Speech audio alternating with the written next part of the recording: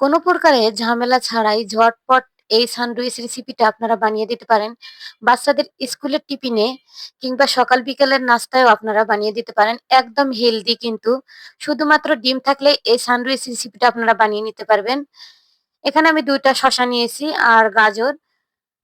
খুব ভালোভাবে আমি ধুয়ে পরিষ্কার করে নেওয়ার পরে এখন গ্রেট করে নিলাম। খুব সহজ ও মজার এই রেসিপিটা বানিয়ে ঝটপট আপনারা নিতে পারবেন। অনেক সময় কিন্তু চুলায় রান্না ছাড়াই কিন্তু এই স্যান্ডউইচ রেসিপিটা আপনারা বানিয়ে নিতে পারবেন।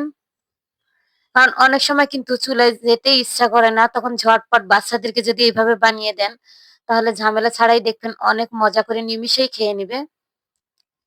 এখন আমি শসাটাও গ্রেট করে নিলাম।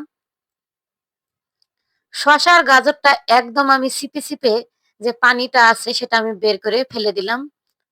একদম কিন্তু ঝরঝরে হয়েছে।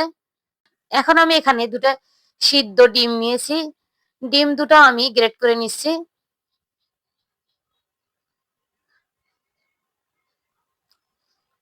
এখন আমি সবগুলো উপকরণ এখানে মিক্স করে নিব। এখন দিয়ে দিলাম এখানে শসা, গাজর, দিয়ে দিলাম ডিম, সামান্য ১ চিমটি লবণ, চিনি সামান্য, এখন গোলমরিচের গুঁড়া দিয়ে দিলাম ১ চিমটি। এখন উপর দিয়ে আমি এখানে দিচ্ছি লেবুর রস। এখন এখানে আমি দিয়ে দিচ্ছি মেয়োনিজ। মেয়োনিজটাও কিন্তু ডিম দিয়েও বানিয়ে নিয়েছি। আপনারা চাইলে আমার পেজ ও চ্যানেলে এই ভিডিওটাও দেওয়া আছে। আপনারা দেখে নিতে পারেন। খুব সহজে ঝটপট এই নাস্তাটা কিন্তু বানিয়ে নেওয়া যায় আর খেতেও কিন্তু হেলদি। বাচ্চারা দেখবেন অনেক মজা করে খাবে। কারণ অনেক সময় কিন্তু ভাজাভাজিরও ঝামেলা হয় আর তেল খাবারও কিন্তু ভালোও লাগে না সবসময়। বাচ্চাদের স্কুলের টিফিনে যদি এইভাবে স্যান্ডউইচ বানিয়ে দেন, দেখবেন যে অনেক মজা করে খাবে। এখানে আমি একটি পাউরুটি নিয়েছি। পাউরুটির আমি সাইডের অংশগুলো কেটে নিচ্ছি। পাউরুটির এই সাইডের অংশগুলো কিন্তু আমি ফেলে দিব না। এগুলা দিয়ে আমি পরে ব্রেড ক্রাম্ব বানিয়ে নিব। অন্য কোনো ভিডিওতে সেটা কাজে লাগবে।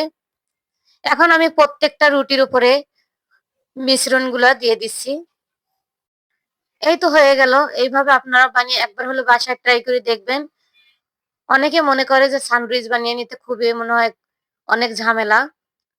এই তো ঝামেলা আমার কাছে তো মনে হয় সবথেকে ঝামেলা ছাড়া এই নাস্তাটাই। এখন আমি আপনাদের দেখিয়ে দিচ্ছি দেখুন কতটা সুন্দর হয়েছে। রেসিপি যদি ভালো লাগে শেয়ার করে দিবেন। আর আপনি কোথা থেকে আমার ভিডিওটি দেখছেন তা মন্তব্য করুন। যাতে আপনাকে আমি ধন্যবাদ দিতে পারি। আশা করি এই রেসিপিটা ঝটপট আপনাদের ভালো লেগেছে। হাতে কম সময় থাকলে আপনারা বাসায় এভাবে বানিয়ে দেখবেন। অনেক ভালো লাগবে। সবাই ভালো থাকবেন, সুস্থ থাকবেন। আবারও নেক্সট রেসিপি নিয়ে আপনাদের সাথে কথা বলব। আজকের মতো এ পর্যন্ত। আল্লাহ হাফেজ।